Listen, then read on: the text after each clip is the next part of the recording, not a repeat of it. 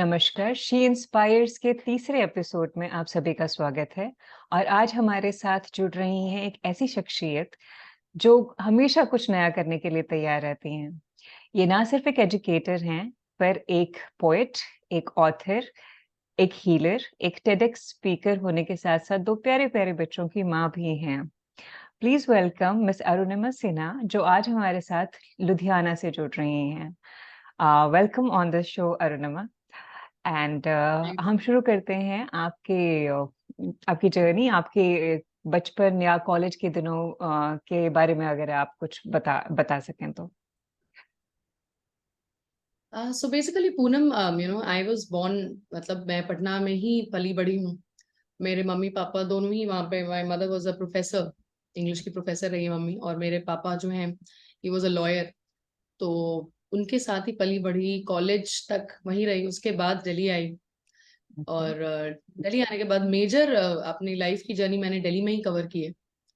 और उसके बाद अभी जैसे आप जानते हो मुझे, मैं लुधियाना में हूँ फिलहाल। राइट। That's good. तो दिल्ली मूव करना आपका एजुकेशन की वजह से ही हुआ था, right? Yes, exactly. Actually Saint Stephen's College में मुझे एडमिशन मिला था, तो उस समय भी एक्चुअली पापा को ये था कि um, दिल्ली दूर नहीं भेजने का। एक होता है ना, एक मिडिल क्लास फैमिली का ये होता है कि घर के पास रहे, पास में रहे सेफ हैं, रहे। बिल्कुल। तो उस समय मैंने सोचा नहीं था कि मैं इतना लंबा सफर गुजार लूंगी, लेकिन दिल्ली में मेरी मेजर लाइफ गुजरी है। यस, बहुत कुछ और सीखने को आपका मिला मुझे। एक्सपीरियंस कैसा रहा दिल्ली में? मुझे बहुत लोगों ने बोला था कि फ्रैंकली आप दिल्ली में जाओगे, being from Patna and all, you will be bullied and all. सब बिल्कुल ऑपोजिट हुआ। आई think I was treated very well, बहुत अच्छा रिसेप्शन मिला मुझे। और हम लोग बहुत कुछ कैरी करते हैं, बहुत स्टीरियोटाइप्स कैरी करते हैं, बहुत कुछ मिथ जो था मेरा डिस्पेल हुआ। मुझे समझ में आया कि नहीं, एक्चुअली लोग एक जैसे ही होते हैं हर जगह। आपको अच्छे लोग हर जगह मिल जाते हैं, और बुरे लोग बिल्कुल। भी। राइट। ये चीज़ मैं बिल्कुल एग्री करती हूँ क्योंकि मैं भी एक्चुअली पापा डिफेंस में रहे, तो बहुत ज़्यादा ऐसी बड़ी सिटीज़ में एक्चुअली जाकर के एनकाउंटर नहीं हुआ। केवी के थ्रू एजुकेशन रही, तो जब मैं भी दिल्ली आई थी तो आई हैड दिस मिसकंसेप्शन कि लोग पता नहीं कैसे ट्रीट करते होंगे, और it might not be a very safe place for girls to be, but even I ended up making up beautiful friendships here. और आपके नज़रिए के हिसाब से मुझे लगता है आपको लाइफ में उस तरीके के ही लोग मिलते भी हैं, तो if you look for good you find it everywhere. So that is absolutely true. So उसके बाद आपकी टीचिंग वाली जर्नी कैसे शुरू हुई? Actually my mother is a professor in English, तो मुझे टीचर शुरू से बनना था। इनिशियली आई हैड थॉट कि मैं ना यूनिवर्सिटी में पढ़ाऊंगी, पढ़ाना शुरू भी किया। और जी। I was this English language proficiency course. But मुझे वहां पे ऐसा लगा कि लोग इंग्लिश नहीं बोल पा रहे थे। वो जो मेरी लैंग्वेज वाली जर्नी थी ना, I wanted to find out कि क्या रीजन है, लोग बात नहीं कर पा रहे, कम्युनिकेट नहीं कर पा रहे। It all started from there. तो hmm. I wanted to come back as a professor. मैंने जब स्कूल ज्वाइन किया, बीएड करने के बाद you need experience in the school. फिर मैं स्कूल कभी छोड़ ही नहीं पाई, because I the kind of connect I had with students मुझे इतना अच्छा लगने लगा।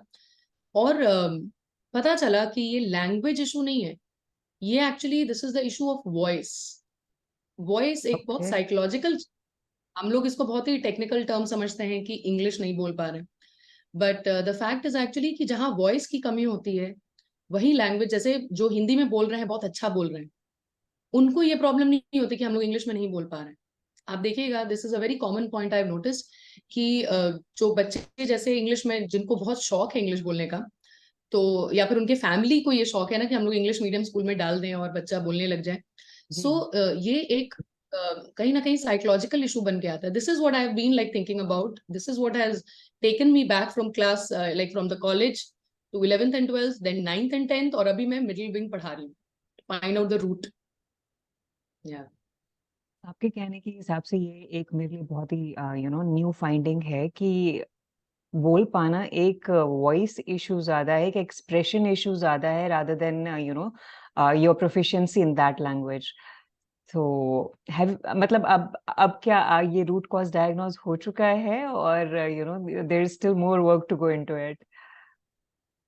आई think I have got the right path, जिसको बोलते हैं ना कि एक रास्ता मिल गया है कि अच्छा ये है कारण। क्योंकि ना कॉन्फिडेंस एक मेजर इशू होता है। मैंने देखा है कॉन्फिडेंस एक मेजर, मैंने बहुत इंटेलिजेंट लोगों को देखा यूनिवर्सिटी में भी। मेरे जो स्टूडेंट्स थे, फ्रैंकली मैं लैंग्वेज प्रोफिशिएंसी पढ़ा रही थी, मेरे स्टूडेंट्स कुछ 10, 12, 15 साल बड़े भी लोग थे मेरे से, क्योंकि हम्म वो तो अब कुछ लोग लॉ कर रहे हैं पीएचडी करने के बाद। लेकिन ये जो है ना, एक साइकोलॉजिकल इशू है, ये कहीं ना कहीं से हम्म एक साइकोलॉजिकल इशू बन गया है।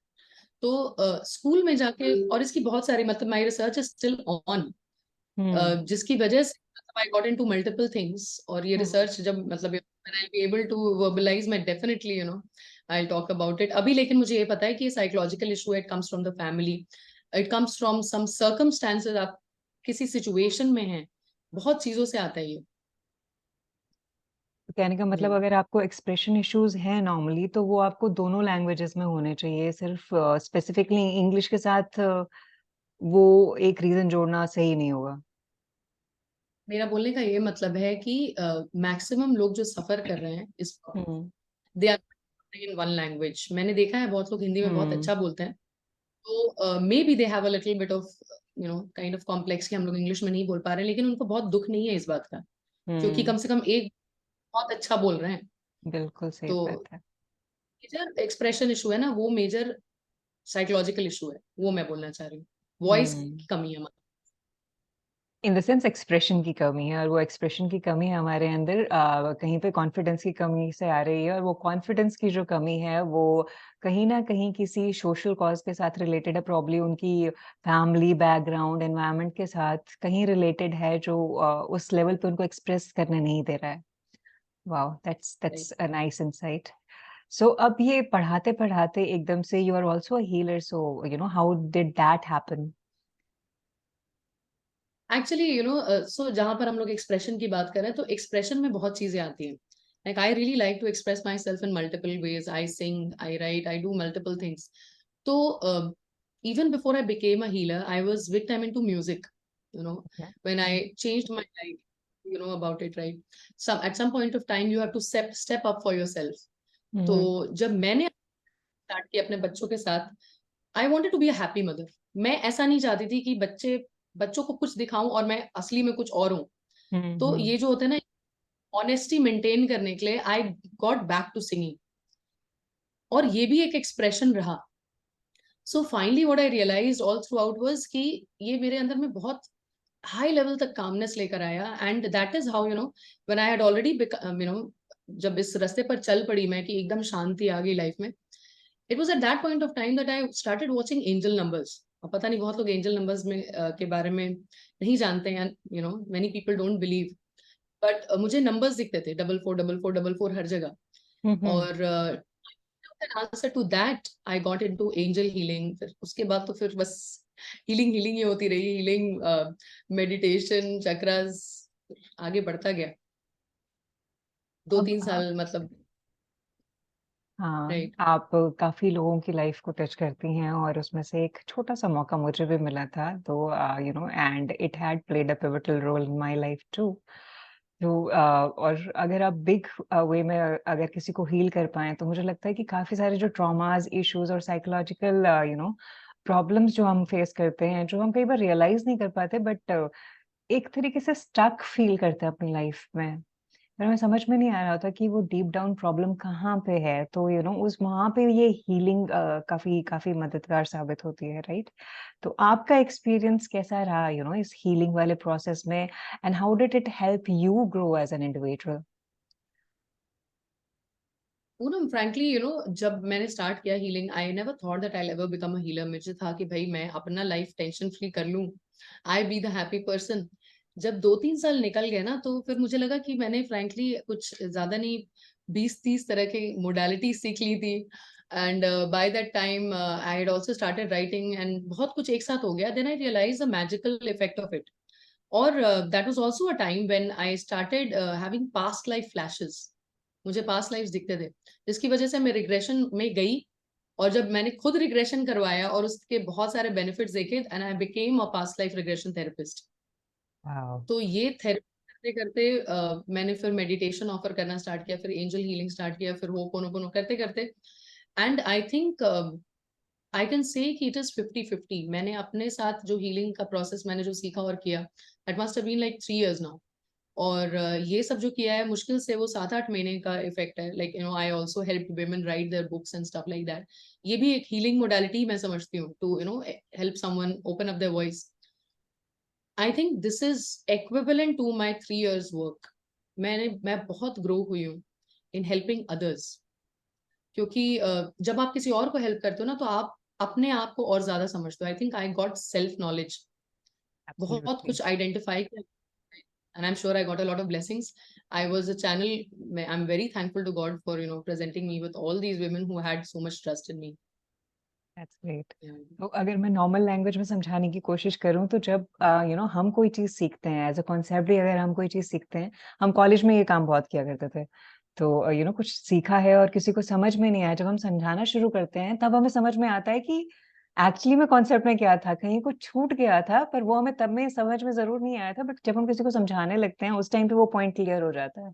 तो आप भी वही कहना चाह रही हैं कि जब आप दूसरों को हेल्प कर रहे हैं किसी भी तरीके से हील होने में, तो उसमें आपका भी एक पार्ट है जो और बेहतर तरीके से हील हो रहा है, आप अपने आप को और अच्छे से समझ पा रहे हैं प्रॉब्ली, और वो जो मेकअप है human soul and this energy all around, उसको आप बहुत अच्छे से समझ पा रहे हैं और एक अच्छे तरीके से मैनिफेस्ट करने के लिए अपने लिए और दूसरों के लिए भी मदद कर पाते हैं.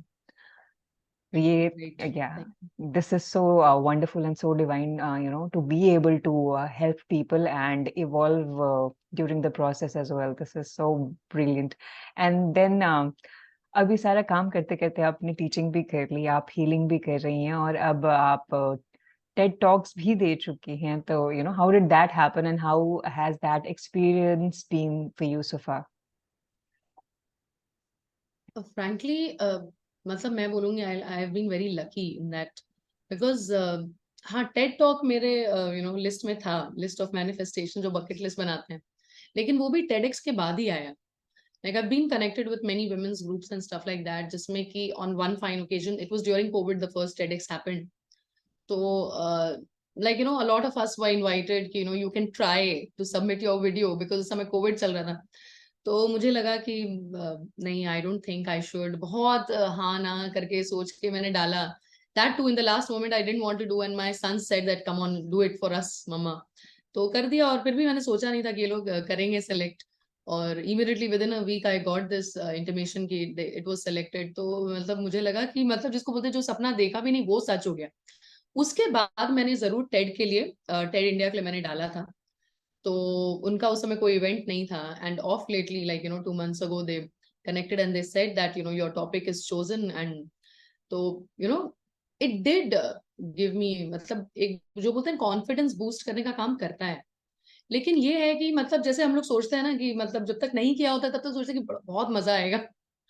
ऐसा कोई बहुत बड़ा इफेक्ट नहीं होता है, लेकिन हाँ, आपको ये लगता है कि चलो ये एक बहुत अच्छा एक्सपीरियंस ऐड हुआ, बहुत अच्छे लोगों से मैं मिली, कनेक्ट हुई. Brilliant. I am very thankful to God for that.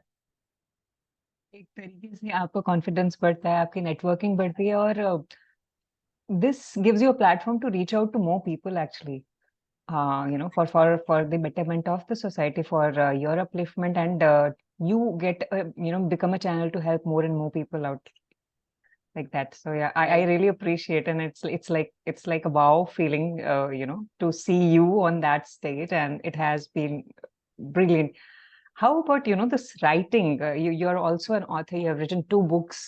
You write lots and lots of poetries, and हर तरीके से आप अपने आप को एक्सप्रेस करती रहती हैं. आप गाती हैं, आप पोएम्स लिखती हैं, आपने 2 किताबें भी लिखी हैं. आप उनके बारे में कुछ बताना चाहेंगे? Actually, I've written 5 books in 1 year, like, but I've not published oh. all of them because the publisher started saying कि आप एक ही साल में अगर 5 books निकालोगे, थोड़ा मिक्सअप हो जाएगा, वो मार्केटिंग में हम्म. इशू हो जाएगा.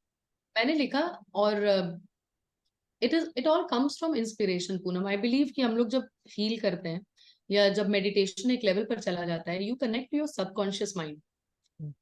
Like most of these women whom I helped write their books या write their poems, इनको भी मैंने वही टेक्निक बताई. जैसे हम बहुत लोग आपको बाहर से बता देंगे कि ऐसे आपको इंट्रोडक्शन लिखना है, but that will not happen unless आप दिल से चाहो कि मैं लिखना चाहती हूँ. वो जो मोमेंट होता है ना जिस समय आपको लिखना होता है. लाइक द बिल्कुल. फर्स्ट बुक आई रोट, वो मैंने 2 साल पहले 6 घंटे में लिखा था ओवरनाइट, जो मैंने पब्लिश किया अभी. और जो सेकंड बुक लिखा वो भी 6 रात में लिखा था मैंने, तो that is a little longer. वो भी inspiration, again I don't know like if it is understood by everyone, ये इंस्पिरेशन होता है जो I think this comes as a blessing from God. तो आप नहीं करते हो ये काम, ये मतलब you are being asked to do it in a way. तो 2 बुक्स तो अभी पब्लिश कर लिया, और आई रियली विश कि it reaches more people because it has some message also. और मतलब you feel like yourself जब आप कुछ ऐसा काम करते हो ना जिसमें आप अपने जैसा फील करते हो, that is the kind of feeling I get when I am writing. So it has been like, a blessing for me. बारे में लिखना आप ज्यादा पसंद करती हैं? अभी जो आपने 2 किताबें लिखी हैं वो किस बारे में लिखी हैं? थोड़ा सा एलॉबरेट कर पाएंगे आप? Definitely, I write 2 things, uh, जो कि कनेक्ट करती हूँ मैं हमेशा, स्पिरिचुअलिटी एंड लव। ग्रेट। और love के बारे में मैं जानबूझ के लिखती हूँ। I been growing up on Shakespeare. मेरी मम्मी इंग्लिश की प्रोफेसर थी, तो बचपन से शेक्सपियर और यही सब पढ़ा है मैंने। And most of the times I always found कि ये लोग हमेशा एक मेल वॉइस में लव पोएम्स क्यों होते हैं, दे हम्म। मतलब वो ये था कि no one knows about how women feel about love. बिल्कुल तो सही हाँ, कहा। जब मैंने लिखना स्टार्ट किया तो बहुत लोग ऐसा भी सोच रहे थे कि भैया कुछ people started having like ideas, लेकिन आई डोंट केयर। कि आपको ना हम्म। At some point of time as a poet और as a writer you need to time travel, go back to that time, आपके टीन एज में आपने क्या फील किया था, to write something which everyone identifies with. क्योंकि आप जो प्यार के बारे में लिखते हो, प्यार सबको होता है आपकी जिंदगी में। अभी I think I am so much in self love and in love of God कि मुझे मतलब it's not like I miss a person individually, but जब मैं लिखती हूँ तो मुझे लगता है कि I am being myself, this is what I am meant to be doing, that's what I hmm. Identify with. The love is a expression that brings life into life. So yeah, that is brilliant. और मैं आपकी किताब के बारे में description link में भी जरूर डालूंगी ताकि हमारे व्यूअर्स अगर चाहें तो वो they can reach out to it. और एक्सप्रेशन पे, सेल्फ लव पे आपकी क्या राय रहेगी? आप क्या एडवाइस देना चाहेंगे हमारी ऑडियंस को? When you talk about self love, self love, in fact love itself, ये जो टर्म है it has not been understood well. Self love के बारे में हम लोग जब बात करते हैं, we talk a lot about external realities. हम लोग सोचते हैं कि सेल्फ लव का मतलब है कि आप बाहर से अच्छे अच्छे देखो, बट और या फिर आप अच्छा खाना खाओ, things like that. But this is something like as a healer, as a meditator, as a writer, I would say सबसे बड़ा पार्ट आपके सेल्फ लव का ये होता है that you spend time with your self, most likely in meditation. अगर आप meditation में टाइम स्पेंड करते हो, they say that when you pray you talk to God, when you meditate God talks to you, it's something like that. तो आपको अपने दिल की आवाज जो भगवान आपसे बोलना चाहते हैं वो आपको मेडिटेशन में सुनाई देती है, and that is the biggest form of self love activity that you can ever do. Yeah so absolutely, that would so be my true. Message. Connect with thank you. yourself is your soul message, right? This is so true. हम normally जब बात करते हैं self love के बारे में होता है तो it is real little more to take care of yourself in terms of the external things that you have. पर मेरे हिसाब से, जैसे आपने कहा, self love is to know yourself better. आप जब अपने आप को अच्छे से समझेंगी तभी आप जान पाएंगी कि आपकी स्ट्रेंथ्स क्या हैं, आपकी खामियां क्या हैं, वो क्या चीजें हैं जो आप सच में करना चाहती हैं। और जैसे कि अरुणिमा कह रही हैं कि जब हम मेडिटेट करते हैं तो वो अंदर की आवाज हमें सुनाई पड़ती है। उस टाइम ये एक ऐसा एक्सपीरियंस होता है कि वो कहना मुश्किल हो जाता है कि वो आपके दिल की आवाज है या वो डिवाइन है जो आपके थ्रू बोल रहा है। ये मेरा एक्सपीरियंस रहा है and probably we relate to that one powerful experience that we have during meditation. तो मेडिटेशन करना शुरू में तो खैर बहुत मुश्किल होता है और लगता है ऐसा, बट अगर हम छोटी सी शुरुआत करें, sitting quietly for 5 minutes, starting enjoying your own company, rather than feeling lonely, if you start spending time with yourself, getting to know yourself a little more and just calm down a little bit, थोड़ा सा अपने आप को शांत करके अगर हम ठहर के एक जगह बैठ पाएं, अपने आप को समझ पाएं और उस अंदर की अपनी आवाज से कनेक्ट कर पाएं, तो हमें वो हर चीज की शक्ति मिल सकती है। We can get that power that we need to fight the odds outside in the life. और अरुणिमा इस चीज का जीता जागता एग्जाम्पल है. She has faced a lot of ups and downs in her life, and still she manages to stand with a smile on a face all the time. इतने सारे लोगों को वो हील करती हैं, वो स्टूडेंट्स के साथ कनेक्ट करती हैं. जबकि उनके पास चॉइस थी. अगर अगर हम उनकी जर्नी को आपने ध्यान से सुना हो तो उन्होंने कॉलेज के बच्चों को पढ़ाना शुरू किया, लोग जो उनसे सीनियर्स थे उनको उन्होंने पढ़ाना शुरू किया, पर सिर्फ ये पता लगा पाने के लिए कि क्या चीज है जो हमें रोकती है अपनी वॉइस को एक्सप्रेस करने से. वो चीज को समझते समझते बाई चॉइस उन्होंने स्कूल के बच्चों को पढ़ाना शुरू किया, पहले हायर क्लासेस फिर मिडिल विंग तक जो है वो पढ़ा रही हैं, सिर्फ इसलिए ताकि उस रूट कॉज को समझ सकें और जहां से वो बदलाव एक्चुअली लाना जरूरी है छोटी उम्र से, वहां पे जाकर के वो एक इंस्ट्रूमेंटल रोल जो है वो प्ले कर सकें. तो ये सीरियसली एक इंस्पिरेशन है, क्योंकि when you have a choice to grow to be in better places, still you choose something else to serve the purpose at large, it takes a lot of courage. और ये seriously एक inspiration है. और I am so happy and so glad and privilege to have you on the show, Arunima.